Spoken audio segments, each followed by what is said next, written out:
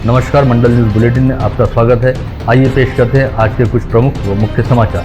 अब तक यदि आपने मंडल न्यूज के इस चैनल को लाइक व सब्सक्राइब नहीं किया है तो जल्द से जल्द इस चैनल को लाइक व सब्सक्राइब जरूर कर दें।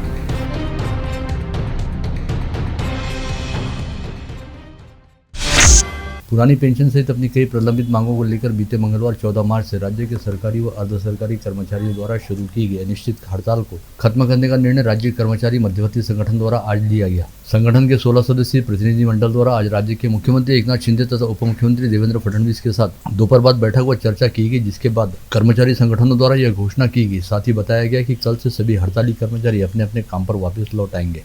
सीएम शिंदे व डिप्टी सीएम फडणवीस के साथ हुई चर्चा पश्चात कर्मचारी संगठन के प्रतिनिधि विश्वास काटकर ने मीडिया को जानकारी देते हुए बताया कि सरकार ने उन्हें आगामी 3 माह में सभी मांगों को पूरा करने का आश्वासन दिया है। ऐसे में कर्मचारी संगठनों ने सरकार के आश्वासन पर भरोसा रखते हुए हड़ताल खत्म कर काम पर वापस लौट आने का निर्णय लिया है।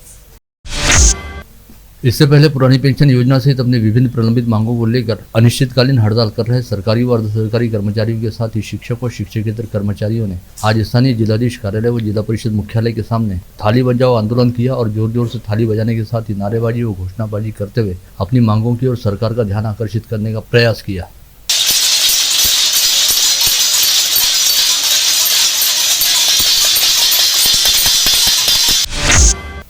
जिले में इस समय N3N2 नामक वायरस की वजह से होने वाली संक्रामक बीमारी का खतरा मंडरा रहा है। वहीं जिले में एक बार फिर कोविड वायरस का खतरा भी दोबारा पांव पसार रहा है। विगत 2 दिनों के दौरान जहां एक और N3N2 वायरस के 2 नए पॉजिटिव पाए गए और इससे संक्रमित रहने वाले मरीजों की संख्या 5 पर जा पहुंची, वहीं दूसरी ओर विगत 2 दिनों के दौरान ही जिले में कोविड वायरस से संक्रमित 14 नए मरीज पाए गए और कोविड के एक्टिव पॉजिटिव मरीजों की संख्या 41 पर जा पहुंची है। स्थिति की गंभीरता को देखते हुए आज जिलाधीश पवनीत कौर ने स्वास्थ्य विभाग के अधिकारियों की अपने कार्यालय में बैठक बुलाई, जिसमें संक्रामक बीमारियों के संभावित खतरे से निपटने हेतु किए जाने वाले उपायों को लेकर चर्चा की गई।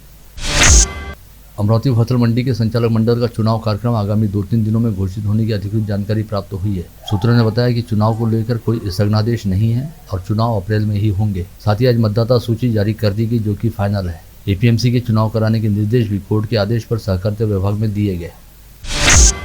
अगले वर्ष अप्रैल 2024 तक बेलोरा एयरपोर्ट पूरी तरह से बनकर तैयार हो जाएगा, इस आशय का हलफनामा महाराष्ट्र विमानतल विकास प्राधिकरण द्वारा मुंबई हाईकोर्ट की नागपुर खंडपीठ को हलफनामा देकर बताया गया। इस मामले को लेकर अमरावती के पूर्व विधायक डॉक्टर सुनील देशमुख ने हाईकोर्ट में एक जनहित याचिका दायर की थी, जिस पर सुनवाई करते हुए हाईकोर्ट ने विमानतल के निर्माण व विस्तार को लेकर राज्य सरकार को कड़ी फटकार लगाई थी। ऐसे में राज्य सरकार की ओर से MADC ने कोर्ट में हलफनामा पेश करते हुए जानकारी दी कि अप्रैल 2024 तक बेलोरा एयरपोर्ट पूरी तरह से बनकर तैयार हो जाएगा।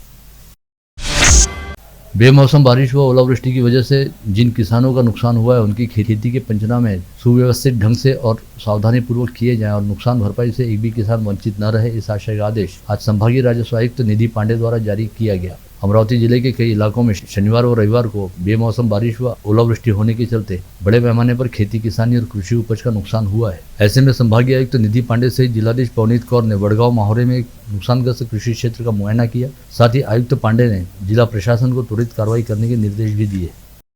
ठीक आहे, खूप नुकसान हे कमी येत ना मॅडम, हे आता राहिले का नाही आणि वरची पण तशी हा ते तसेच गळणार आहे। हा मार बसला ना, हा जो मार आहे ना, हा जो मार बसला आहे त्यामुळे हे झाड आता कमी नाही येणार।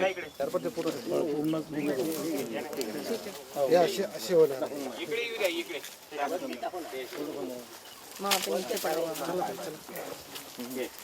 कमी नाही पडत। ठीक आहे, याले आहे की नाही, आता हे फळ मोठी जरी झालं तरी हे अशा मोठ्या फळातही ते खाली पडते।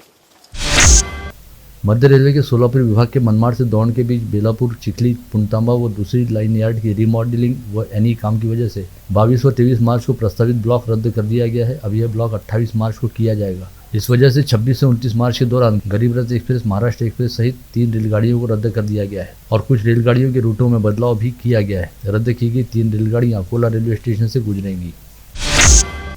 बडनेरा रोड पर तापड़िया सिटी सेंटर के सामने स्थित खेलकट्टा में माहेश्वरी पंचायत व माहेश्वरी यूथ विंग द्वारा 16 से 19 मार्च तक आयोजित माहेश्वरी बॉक्स क्रिकेट लीग का कल रविवार 19 मार्च की शाम समारोह पूर्वक रंगारंग कार्यक्रम के बीच समापन हुआ। इससे पहले फाइनल मुकाबले में अल्टीमेट वॉरियर्स ने 64 रनों से जीत हासिल करते हुए माहेश्वरी प्रीमियर लीग का विजेता बनने का बहुमान हासिल किया। वहीं माहेश्वरी मार्बल्स इस टूर्नामेंट में उपविजेता रहा। इसके अलावा सेमीफाइनल तक पहुंची लोया नियक्सार व सांची बुट्टी की टीमें रनर अप रही। पश्चात आयोजित पुरस्कार वितरण समारोह में माहेश्वरी पंचायत के अध्यक्ष जगदीश कलंत्री तथा टूर्नामेंट के मुख्य प्रायोजक sand and stone builders and developers के संचालक ऋषि अग्रवाल के हाथों विजेता व उपविजेता सहित रनर अप रहने वाली टीमों को पुरस्कृत किया गया। रिफॉर्म क्लब में आयोजित 2 दिवसीय राष्ट्रीय लॉन टेनिस स्पर्धा में बारिश का खलाल पड़ा, लेकिन देश भर से आए खिलाड़ियों का उत्साह बिल्कुल भी कम नहीं हुआ। रविवार की शाम विजेताओं को पुरस्कृत करने हेतु राज्यसभा सांसद अनिल बोंडे पहुंचे थे। इस स्पर्धा के सिंगल्स में जिम्मी टिम्बाडिया व संजय चांदवानी उपविजेता रहे। साथ ही 40+ में भारत के नंबर 1 नीलकंठ डामरे ने बाजी मारी और नवीन पटेल उपविजेता रहे। बड़ी खुशी की बात है कि रिफॉर्म्स का रोल समाज के हर अंग में मैं अच्छी तरह से देखता हूँ। कोरोना का काल रहे या कोई सामाजिक परिवर्तन का।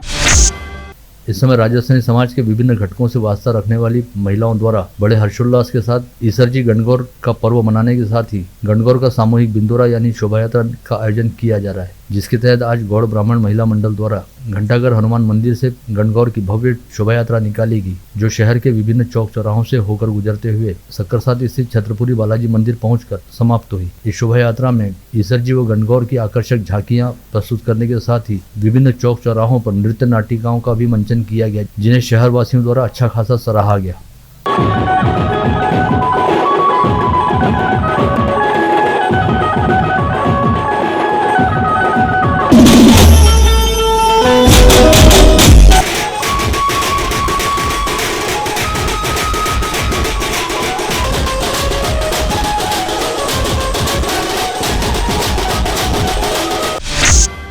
ब्राह्मण स्वर्णकार समाज का रविवार की शाम परकोट के भीतर गणगौर बिंदोरा गाजे बाजे के साथ निकाला गया, जिसमें साज श्रृंगार करते हुए सौभाग्यवतियां व नवयुवतियां पारंपरिक गीतों को गाते हुए निकली और सिर पर गणगौर व ईसरजी की प्रतिमाएं लिए बड़े उत्साह के साथ सहभागी हुई।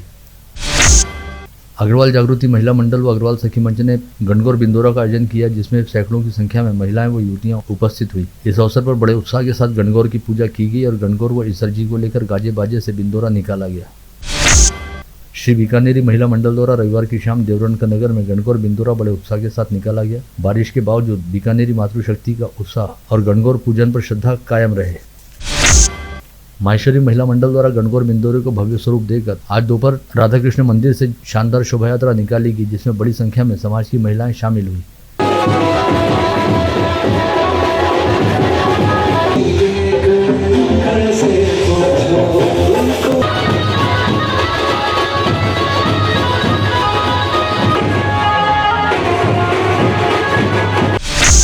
लाख रुपए मूल्य की सोने की चेन लौटाकर एक युवक ने ईमानदारी आज भी जीवित होने का आदर्श प्रस्तुत किया। इस युवक का नाम शेख साबिर शेख अली हुसैन है, जिसने पहले सोनार के पास जाकर यह चेन दिखाई, फिर थाने में लाकर जमा कराई, परंतु चेन गायब रहने की कोई शिकायत नहीं होने से सराफा एसोसिएशन को वह सोने की चेन लौटा दी गई और सीसीटीवी फुटेज के आधार पर वर्षा लहाने नामक महिला को उनकी चेन लौटाई गई।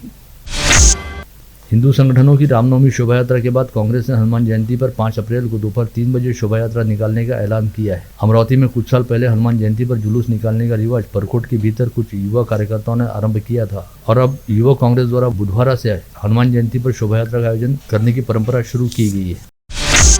नवसारी परिसर में रहने वाली लड़की को काम दिलाने का झांसा देकर मध्य प्रदेश होते हुए राजस्थान ले जाने और फिर वहां पर उसे विवाह हेतु बेच देने के मामले में अपराध शाखा पुलिस ने राजस्थान जाकर 4 आरोपियों को गिरफ्तार करने में सफलता प्राप्त की है। साथ ही इस मामले में अब तक पकड़े गए कुल आरोपियों की संख्या 7 हो गई है। इस आशय की जानकारी आज यहाँ बुलाई गई पत्रकार परिषद में शहर पुलिस आयुक्त नवीन चंद्र रेड्डी द्वारा दी गई।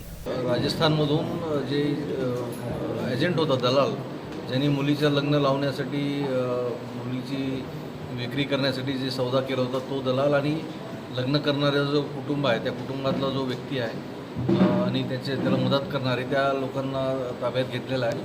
त्यांना विचारपूस करून आता अटक करून पुढची कारवाई तपासी अधिकारी करणार।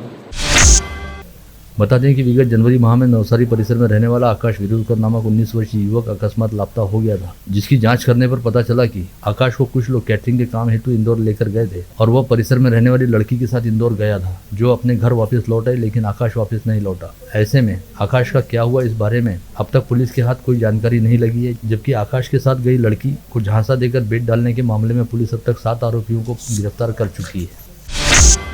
इसी पत्रकार परिषद में शहर पुलिस आयुक्त नवीन चंद्र रेड्डी ने बताया कि गाड़गीनगर पुलिस थाना क्षेत्र अंतर्गत साइकिल चोरी को लेकर दर्ज हुए मामले की जांच करते हुए अपराध शाखा पुलिस ने यास्मीन नगर निवासी अब्दुल रहमान अब्दुल नजीर नामक साइकिल चोर को गिरफ्तार किया है, जिसके पास से अलग अलग स्थानों से चुराई गई 30 साइकिलें भी जब्त की गई हैं। शहरामध्ये जे लहान मुलं जे ट्युशनला जातात त्या मुलांच्या सायकल चोरी होण्याचं प्रमाण अचानक वाढलं होतं आणि त्यामध्ये काही लोक जे सकाळी सायकलिंग करतात अशा लोकांची चांगल्या महागड्या सायकल चोरी होण्याचं प्रमाण अचानक वाढलं होतं। काल क्राईम ब्रांचच्या आमच्या टीमनी सायकल चोरास पकडलेली आहे, त्याच्याकडे जवळपास 30 महागड्या जे सायकल आहेत असे रिकवर झालेले आहेत। त्यांनी एक कुठे विकले होते, कुठून चोरले होते त्या सर्वांची माहिती घेण्यात आलेली आहे आणि जवळपास 30 गुन्हे हे निष्पन्न झालेले आहेत 30 ठिकाणावरून। अधिक परत याच्यामध्ये तपास करण्यात येत आहे। इसके अलावा आज दोपहर सीपी नवीन चंद्र रेड्डी ने मीडिया को जानकारी दी कि बीते शनिवार की शाम गोरक्षण के पास एक कुरियर कर्मचारी को लूटने के मामले में पुलिस ने तत्परता से कार्रवाई करते हुए इलियास अली अहमद अली नामक आरोपी को धर दबोचा। इसके अलावा अन्य 5 आरोपियों को भी पुलिस द्वारा खोजा जा रहा है। वाहन चोरी के मामले में फरार रहने वाले नासिर खान शेर खान नामक यवतमाल निवासी आरोपी को आज कोतवाली पुलिस ने पठान चौक परिसर से गिरफ्तार करने में सफलता प्राप्त की। वहीं इसके 2 साथीदारों को कोतवाली पुलिस पहले ही पकड़ चुकी है। मादक पदार्थों की तस्करी में नामजद रहने के साथ ही विगत 2 वर्षों से फरार रहने वाले शब्बीर शाह गुड्डू शाह नामक आरोपी को अचलपुर पुलिस ने सरमसपुरा स्थित गोपी ढाबे से पकड़ने में सफलता प्राप्त। यह जानकारी ग्रामीण पुलिस अधीक्षक अविनाश बारगल द्वारा जारी विज्ञप्ति में दी गई है। मंगरूल दसगीर पुलिस थाना अंतर्गत बुरगांव धांडे में विगत 15 मार्च को 9 लोगों ने बदला लेने की नीयत से अभिषेक गायकवाड़ की निर्ममतापूर्वक हत्या कर दी थी। इन सभी आरोपियों को मंगरूल दसगीर पुलिस ने गिरफ्तार करने में सफलता प्राप्त करने के साथ ही उनकी निशानदेही पर वारदात में प्रयुक्त हथियार व मोटरसाइकिल सहित आरोपियों के मोबाइल फोन भी बरामद किए हैं। ये सभी आरोपी वर्धा जिले के पुलगांव निवासी है, जिन्होंने बुरगांव धांडे में आकर हत्या की वारदात को अंजाम दिया था।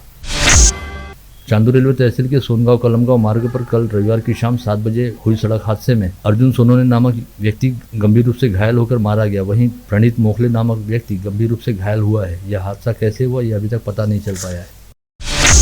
2 दिन पूर्व गाड़गीनगर पुलिस थाना क्षेत्र अंतर्गत तारागढ़ नगर निवासी जयप्रकाश बनकर के साथ उनके बेटे को नागपुर के लता मंगेशकर मेडिकल कॉलेज में प्रवेश दिलाने के नाम पर 1 करोड़ 33 लाख रुपए का चूना लगाने का मामला सामने आया था, जिसकी जांच करते हुए गाड़गीनगर पुलिस ने रायगढ़ में रहने वाले रोहन भिंडे नामक व्यक्ति को गिरफ्तार किया है, जिसे स्थानीय अदालत में पेश करने के बाद उसे कल मंगलवार 31 मार्च तक पुलिस कस्टडी रिमांड में रखने के आदेश मिले हैं।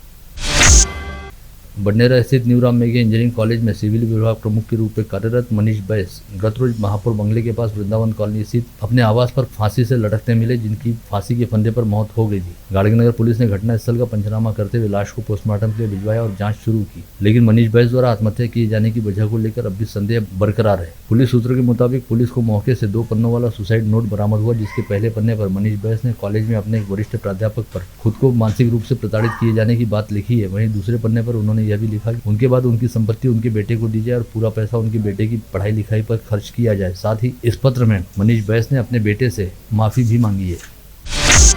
बडनेरा पुलिस थाना अंतर्गत मधुबन वृद्धाश्रम के पास मरी माता मंदिर के पीछे 43 वर्षीय व्यक्ति ने फांसी लगाकर आत्महत्या कर ली। ये घटना शनिवार की शाम 6:30 बजे उजागर हुई। मृतक की शिनाख्त नीलेश शेंडे के तौर पर हुई है, जो जूनी बस्ती बडनेरा का निवासी है। कृषि विभाग में नौकरी के लिए परीक्षा देने हेतु निकले नेर निवासी सतीश जायसवाल की सड़क दुर्घटना में मौत हो गई। यह हादसा रविवार की सुबह 9 बजे नेर के फुटकिया माथा के पास घटित हुई। देउलगांव राजा तहसील अंतर्गत जल पिंपल गांव में रहने वाला काकड़ परिवार पिकअप वाहन में सवार होकर जालना की ओर जा रहा था, लेकिन इस पिकअप वाहन के देउलगांव राजा शहर में पहुंचने पर बाईपास रोड पर मुड़ते ही पिकअप वाहन की ट्रॉली पीछे ही छूटकर गिर गई और वाहन का अगला हिस्सा आगे जाकर उलट गया। इस हादसे की वजह से ट्रॉली में बैठे कासाबाई काकड़ व उनके पति भगवान काकड़ गंभीर रूप से घायल हुए, जिन्हें इलाज के लिए अस्पताल में भर्ती कराया गया, जहाँ पर डॉक्टरों ने उन्हें मृत घोषित किया। मेहकर तहसील के अंतरी गांव से होकर गुजरने वाली पैनगंगा नदी में नाव पर सवार होकर खेत में जाने वाले मजदूरों की नाव नदी के बीचों बीच जाकर उलट गई, जिसकी वजह से सरलाबाई राउत नामक 45 वर्षीय महिला की मौत हो गई। वहीं अन्य 6 महिलाएं बाल बाल बच गई। स्टेट बैंक के योनो मनी ट्रांसफर ऐप को अपडेट करने के नाम पर एक साइबर ठगबाज ने चिखली निवासी सागर पटने नामक शिक्षक के बैंक खाते से 20,000 रुपए तो ट्रांसफर कर ही लिए, साथ ही अपने मोबाइल नंबर को शिक्षक के बैंक खाते से आधार लिंक करते हुए करीब 8 लाख रुपए का लोन मंजूर करवाया और इस रकम को भी दूसरे खाते में ट्रांसफर कर लिया। साइबर पुलिस मामले की जाँच कर रही है।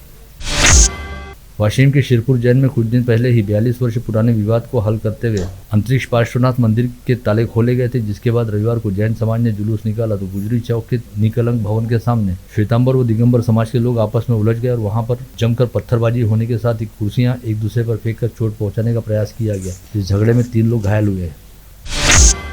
यवतमाल की झरी जामनी तहसील अंतर्गत खाफरी गांव में खेती के बंटवारे को लेकर हुए विवाद के चलते अपने जन्मदाता पिता को मौत के घाट उतारने वाले नामदेव दत्तू उर्वते नामक युवक को यवतमाल के अतिरिक्त जिला व सत्र न्यायालय ने आजीवन कारावास की सजा सुनाई।